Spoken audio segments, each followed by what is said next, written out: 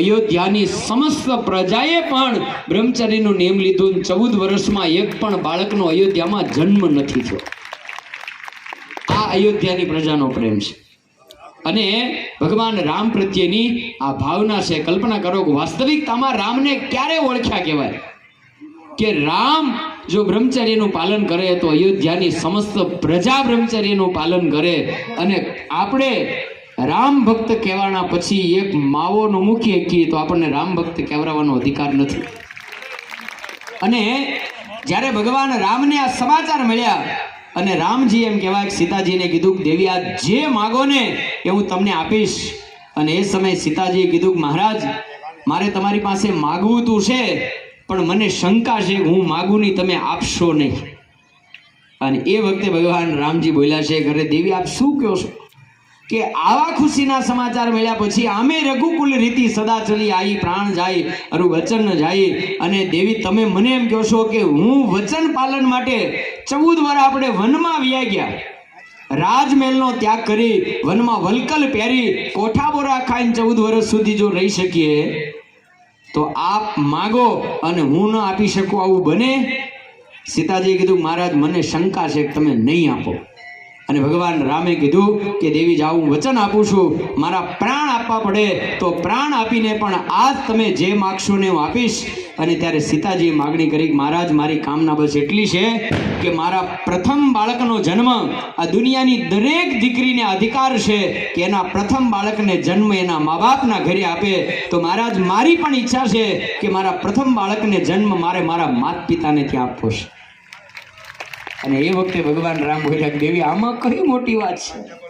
અરે આપ કહો તો હું સ્વયં જનકપુરી આપને મૂકી જાઉં અને આપ જનકપુરીમાં તમારા સંતાનોને જન્મ આપો. દેવી આમાં કઈ અઘરું ક્યાં કઈ છે? આ તો હેલી વાત છે, ના તો સરળ છે. અને એ વખતે સીતાજીએ કીધું કે મહારાજ એટલે જ હું કહું છું તમે સરળ સમજો છો, આ સરળ મારી વાત નથી. મહારાજ મારા જનકપુરીમાં જે પિતા છે જે જનક મહારાજા છે એ તો મારા પાલક પિતા છે. એટલે મહારાજ હું મારા વાસ્તવિક પિતાને ત્યાં મારા બાળકને જન્મ આપવા માંગુ છું, મારા પાલક પિતાને ત્યાં નહીં. માટે મહારાજ જેના થકી વાસ્તવિકતામાં મારો જન્મ છોડશે એવા મારા પિતાને ત્યાં મારે મારા બાળકને જન્મ આપો. અને ત્યારે ભગવાન રાઘવે મસ્તક જોડાવ્યું દેવી માફ કરો આ વચન હું નહીં આપી શકું. હવે સીતાજીના ઓરિજિનલ પિતા કોણ હતા? કોને કોને ખબર છે? ખબર હોય વિશ્વાસ કરો. તો પાલક પિતા છે. પૃથ્વીમાંથી સીતાજી મળ્યા અને એમણે પાલન પોષણ કર્યું. પણ વાસ્તવિકતામાં સીતાજીના પિતા કોણ? તો કહેવાય છે કે રાવણે તમામની પાસે કર માગ્યો, ઋષિ મુનિઓએ ન આપ્યો. અને ત્યારે રાવણે કીધું તમારી પાસે કર ન હોય તો તમારું લોહી આપો, બાકી તમારે કર આપવો પડશે. અને એ સમયે એમ કહેવાય કે રાવણના સૈનિકોએ જઈ ઋષિ મુનિઓની પાસેથી લોહી કરના રૂપમાં લીધું, એનો ઘડો ભર્યો. અને એ સમયે કુપિત થયેલા ઋષિઓએ સૈનિકોને કીધું તારા રાવણને કહેજે કે આજ અમારું લોહી એના મોતનું કારણ બનશે અને આ ઘડો જ્યાં હશે ને ત્યાં અકાળ પડશે. આમ કહી અને ઋષિ મુનિઓ એમણે આ લોહીનો ઘડો જ્યારે આપ્યો અને સૈનિકોએ રાવણને આવીને વાત કરી કે રાજન ઋષિ મુનિઓએ આવું કીધું છે કે આ ઘડો તમારા મોતનું કારણ બનશે, અને આ ઘડો જ્યાં રાખશો ત્યાં અકાળ થશે. એટલે રાવણને એમ થયું કે હું આટલો મહાન ભક્ત, આટલો શિવ ભક્ત, કોની હિંમત છે કે મારા રાજ્યમાં અકાળ પડે? કાંઈ વાંધો નહીં, જોઈ લઉં ઋષિ મુનિઓની વચનનું શું થાય નહીં. એને લંકામાં ઘડો રાખ્યો અને વાસ્તવિકતામાં લંકામાં અકાળ થવા લાગ્યો. અને રાવણને ડર લાગ્યો કે મારી હોનાની લંકામાં અકાળ થશે, હવે શું કરવું નહીં. એ સમયે ઘટના બની કે જનકપુરની અંદર રાવણ ચડાઈ કરવા માટે ગયો. કારણ કે એ સમયે માત્ર 2 જ રાજ્યો એવા હતા જે રાવણને આધીન નહોતા, એક જનકપુરી અને બીજી મિથિલા.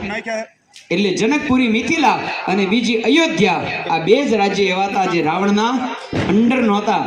એ માત્ર સ્વતંત્ર 2 રાજ્યો હતા. અને રાવણ એ જનકપુરીને જીતવા માટે ગયો અને ત્યારે જનક રાજાએ કીધું કે મારા જનકપુરની અંદર માત્ર જ્ઞાનીઓનો વાસ છે, એટલે અમે શસ્ત્રથી યુદ્ધ નથી કરતા, અમે શાસ્ત્રથી યુદ્ધ કરીએ છીએ. માટે તું જ્ઞાની છે, વિદ્વાન છે, શસ્ત્ર નહીં શાસ્ત્ર લઈને આવ અને શાસ્ત્રાર્થમાં જો અમને હરાવી દે તો જનકપુરી તારે આધીન.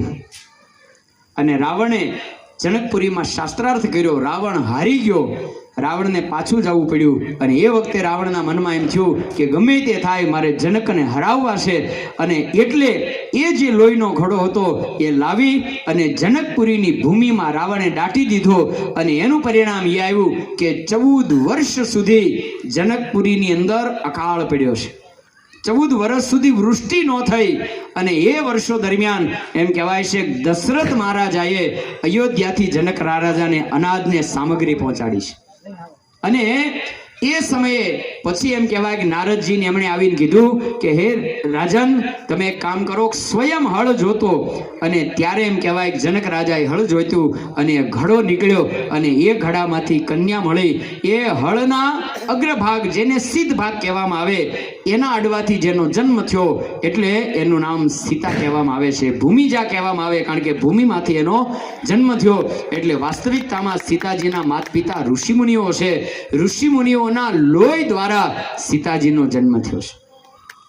એટલે સીતાજીએ કીધું કે મહારાજ, મારે મારા વાસ્તવિક પિતાને ત્યાં મારા બાળકોને જન્મ આપવો છે. ભગવાને જ્યારે ના પાડી, ભગવાને કીધું દેવી આવો સંકલ્પ શા માટે કરો છો? આટલો વર્ષ 14 વર્ષ વનમાં ફરીને આવ્યા અને હજી પાછું વનમાં જવું છે? અને ત્યારે સીતાજીએ કીધું કે મહારાજ, એ વનમાં રહેતા થકા જ મારા મનમાં સંકલ્પ થયો કે મારા બાળકને હું જન્મ જંગલમાં આપીશ, ઋષિમુનિઓના સાનિધ્યમાં આપીશ, ત્યાંથી જ આ સંકલ્પ કરીને આવીશ.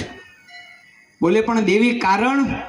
અને ત્યારે સીતાજીએ કીધું કે મહારાજ, આટલા વર્ષો દરમિયાન આપણે જંગલમાં નહોતા આવ્યા, આપના પિતા નહોતા આવ્યા, જેના કારણે ઋષિ મુનિઓને તમારી પાસે હાથ ફેલાવવા પડ્યા કે અમારી રક્ષા કરો. અને રાજા તરીકે આપણો ધર્મ થાય છે કે કોઈ સાધુને કોઈ દી હાથ ફેલાવવાનો મોકો ન અપાય. મહારાજ, એ દશરથ મહારાજાની તેદી આંખ ઝૂકી ગઈ હતી જેથી વિશ્વામિત્ર ઋષિ માગવા માટે આવ્યા. મહારાજ, હું એવું નથી ઈચ્છતી કે પુનઃ કોઈ ઋષિ એ મારા સંતાનો જ્યારે રાજા હોય, પુનઃ એમ કહેવાય કે અહીંયા રાક્ષસોની અરાજકતા વધી ગઈ હોય અને એ સમયે એને અહીંયા આવવું પડે. એની જગ્યાએ હું મારા બાળકોને જંગલમાં ઋષિમુનિ વચ્ચે જો જન્મ આપીશ તો પહેલાં તો એને જંગલની તમામ વાસ્તવિકતાની ખબર પડશે. અને બીજું મહારાજ, કે મોટા માણસના છોકરા એમ કહેવાય છે કે સુખમાં જેનો જન્મ થાય ને એ પછી દુઃખ સહન ન કરી શકે. એટલે કોઈએ એક પત્રકારે એક બહુ ધનવાન માણસને પ્રશ્ન પૂછ્યો કે તમે આ ટેસ્લાના ગાડી લઈને ફરો છો, તમારા છોકરા શું લઈને ફરશે? એટલે ત્યારે એણે કીધું મારા છોકરા છે ને એ સ્ટાર્ટર પ્લેન લઈને ફરશે. પછી એને કીધું એના છોકરા? તો એના છોકરા સાયકલ લઈને ફરશે. આમાં સમજ પડી કાંઈ? કે હું એટલો બધો સુખી છું એટલે મારા છોકરાને હથેળીમાં વાંચું છું એટલે એ દુઃખ સહન જ નહીં કરી શકે. દુઃખ એને જોયું જ નથી એટલે સુખમાં ઉછરશે. એટલે મારી સંપત્તિ હાલશે તાવથી પછી એ બધું વેડફી નાખશે. અને એના છોકરા જ્યારે થાય ને ત્યારે વાંહે કાંઈ નહીં વધ્યું એટલે એને સાયકલનો વેત માંડ રહે. એટલે મહારાજ, હું ઈચ્છું છું કે આપણા સંતાનોનો જન્મ જંગલમાં અને ઋષિમુનિઓની વચ્ચે જો થશે તો શિક્ષા દીક્ષા પ્રાપ્ત કરી અને એવા તૈયાર થશે કે પછી એને કહેવું નહીં પડે કે પ્રજાની પીડા શું કહેવાય, પ્રજાને કેમ રાજી કરાય, પ્રજાનું પુત્રવત પાલન કેમ કરાય. મહારાજ, એ ઋષિમુનિઓની સાથે જે આપણે 14 વર્ષ દરમિયાન શીખ્યા ને એ જન્મતાને શીખીને આવશે. અને મહારાજ, હજી એટલે મારું વચન પૂરું નથી થતું.